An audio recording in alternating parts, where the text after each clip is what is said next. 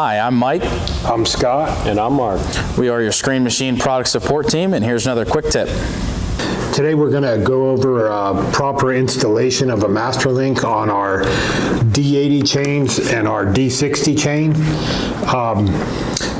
Some common applications we have for the D80 chain is going to be on our feeders for our trommels and stuff like that. The D60 chain is going to be used for, say, like a chain coupling or something like that on a conveyor. But both of these are going to work the same way. One's just larger than the other as far as the pitch goes between the rollers.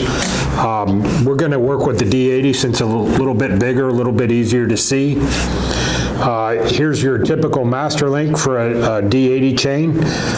You're going to have two center links, the actual link itself, the end for this link, and the lock plate.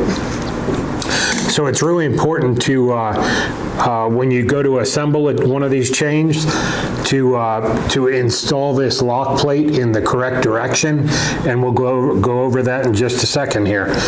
So you would obviously lace your chain up around your sprockets, and you'd take your link and you'd start it in the holes and stick it just to where it doesn't come through center on that link.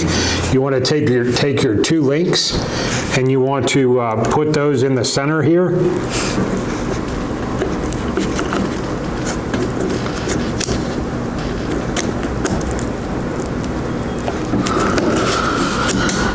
This way you make a connection in the center. You've got your link through, and then you've got your open studs here. You want to put your closure plate over. And then if this chain, this is where it's crucial, if this chain is operating in this direction, going this way, you want to have your closed piece on this locking plate towards the front, so that is going in the direction the chain is rotating. If it's like this with the open tangs, it can pop that clip off during rotation. So you want to turn it like this, closed end towards the leading edge, towards the way that rotates. You want to put your link over there, and you can use a screwdriver or a pair of needle nose pliers.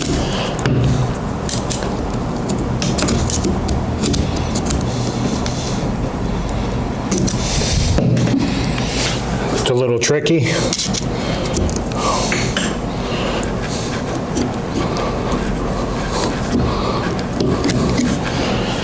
Get your locking clip on there and it's good to go.